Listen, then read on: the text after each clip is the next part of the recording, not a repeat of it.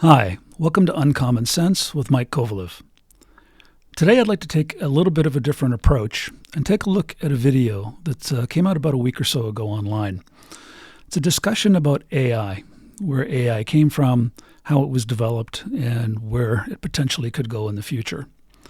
It's a discussion held by Jon Stewart, host of The Daily Show and The Weekly Show online, and also from Geoffrey Hinton. And Geoffrey Hinton is described online as a British-Canadian computer scientist, cognitive scientist, and cognitive psychologist known for his work on artificial neural networks, which earned him the title the Godfather of AI. Hinton is also Professor Emeritus at the University of Toronto. So overall, I'd say it's an extremely well put together video, very informative, lots of great information about how AI was developed, struggles, hurdles along the way, major technology breakthroughs that helped the system develop, or systems develop, and also where it is today and where potentially it could lead to. So it's definitely a recommended watch. The thing that concerns me, and the reason why I wanted to make this video, is what happens in the video about 2/3 of the way through. Unfortunately, in my view, both Jon Stewart and Geoffrey Hinton fall to the temptation of making political mudslings at their opponent, letting their views start to come out in a way that I just feel isn't necessary.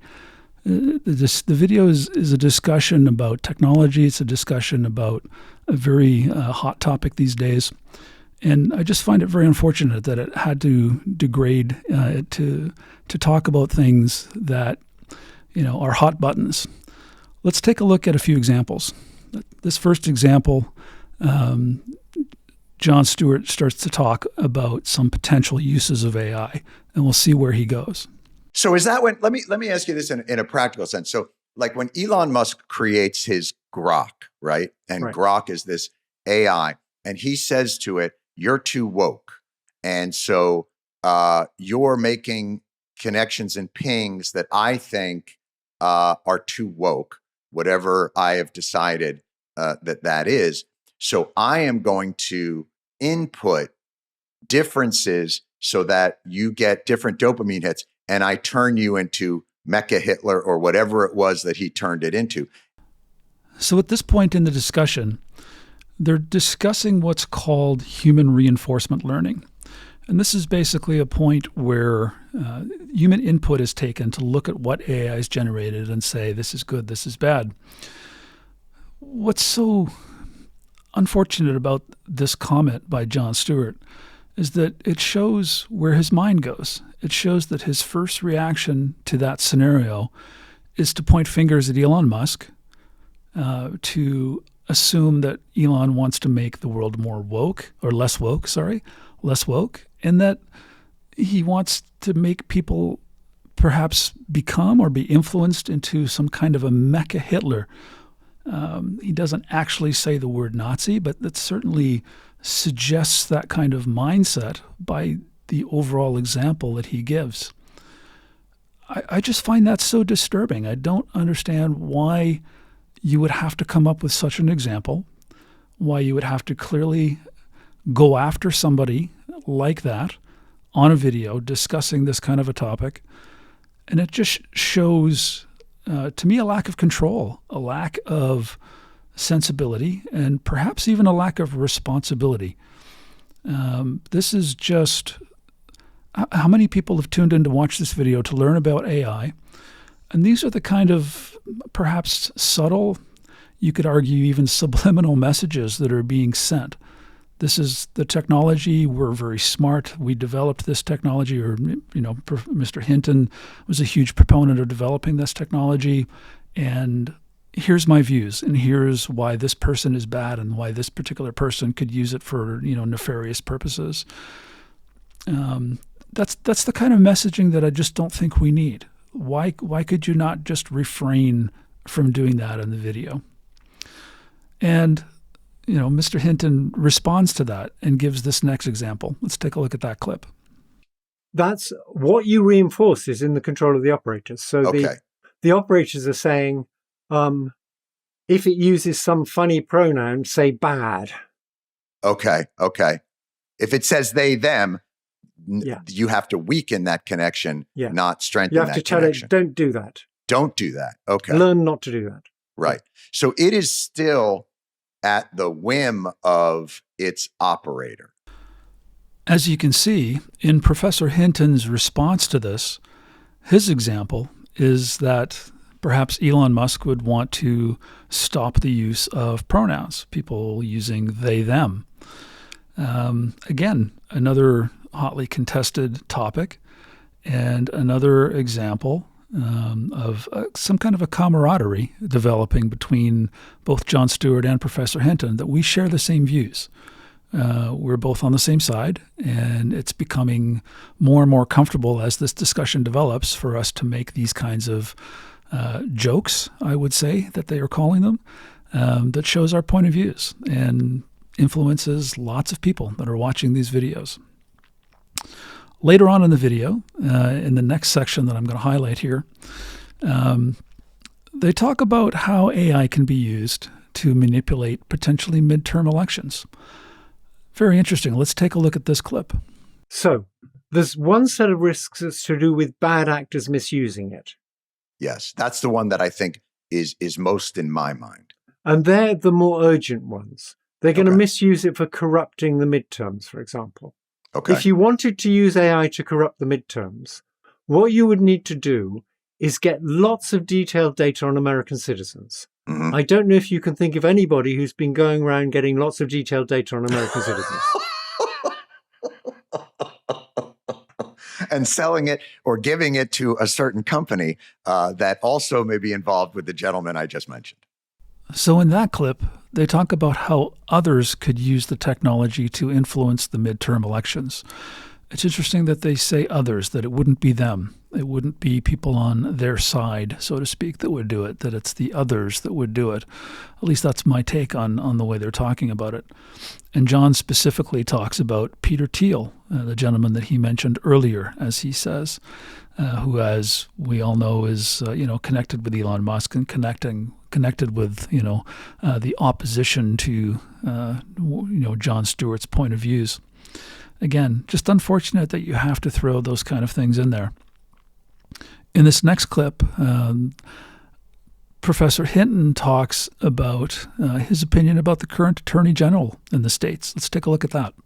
And these models, they are agnostic about whether this is good or bad. They're just doing what we've asked. Yeah. If you human reinforce them, they're no longer agnostic because you reinforce them to do certain things. So that's what they all try and do now. Right. And so in other words, it's even worse. They're a puppy. They want to please you. It's almost like they have these incredibly sophisticated abilities, but childlike want for approval. Yeah. A bit like the Attorney General.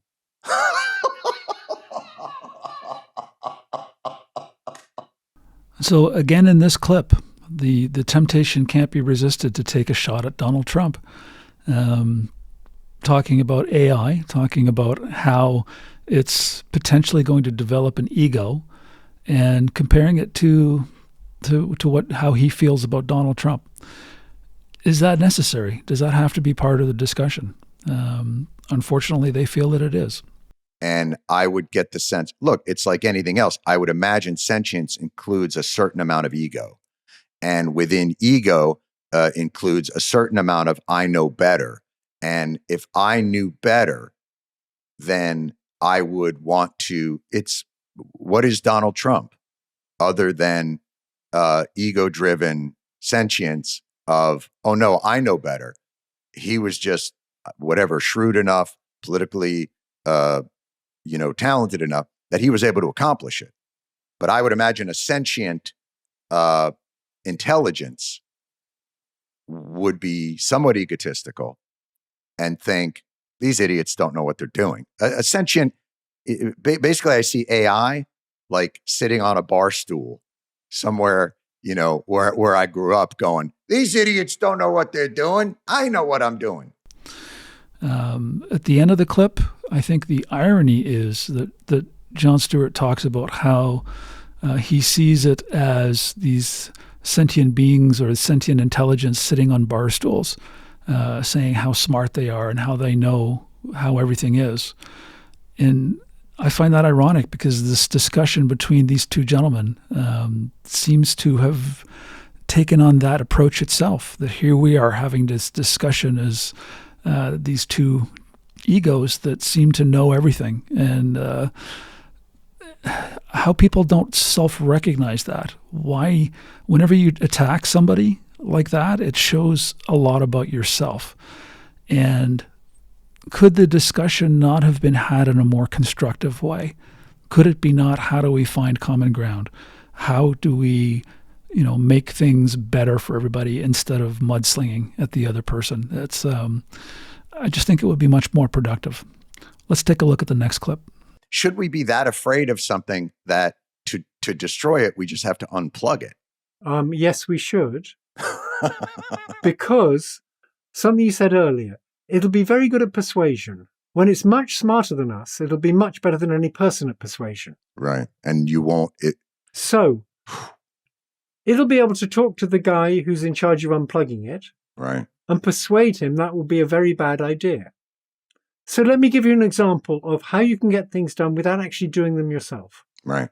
Suppose you wanted to invade the capital of the US. Do you have to go there and do it yourself? No, you just have to be good at persuasion.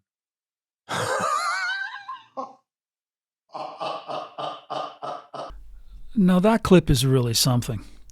Professor Hinton talks about how AI will persuade people to do things, to, in this example, not be unplugged, that it will persuade the person not to do it. And the example he goes to is, of course, January 6th and, what happened in Washington, D.C., in the nation's capital. And the analogy that he makes, the insinuation is, of course, that Donald Trump persuaded people to go and do this.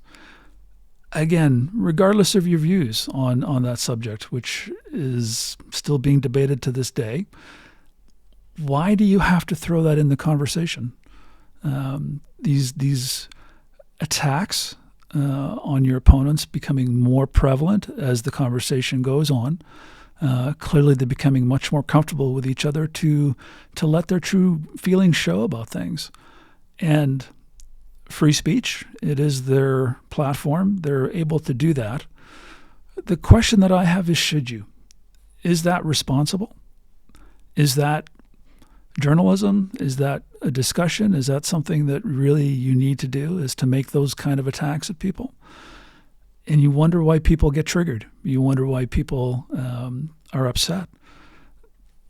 Let's just try to find a way to raise ourselves above these kinds of things. That's what I'm looking for. Let's see where they go next. Are those also, do you consider those top tier threats, mid tier threats? Where do you place all that? I think they're genuine threats. They're not going to destroy humanity. Right. So AI taking over might destroy humanity. So they're not as bad as that. Right. And they're not as bad as someone producing a virus that's very lethal, very contagious, and very slow. But they're nevertheless bad things. And I think we're really lucky at present that if there is a huge catastrophe and there's an AI bubble and it collapses, we have a president who'll manage it in a sensible way. You're talking about Carney, I'm assuming.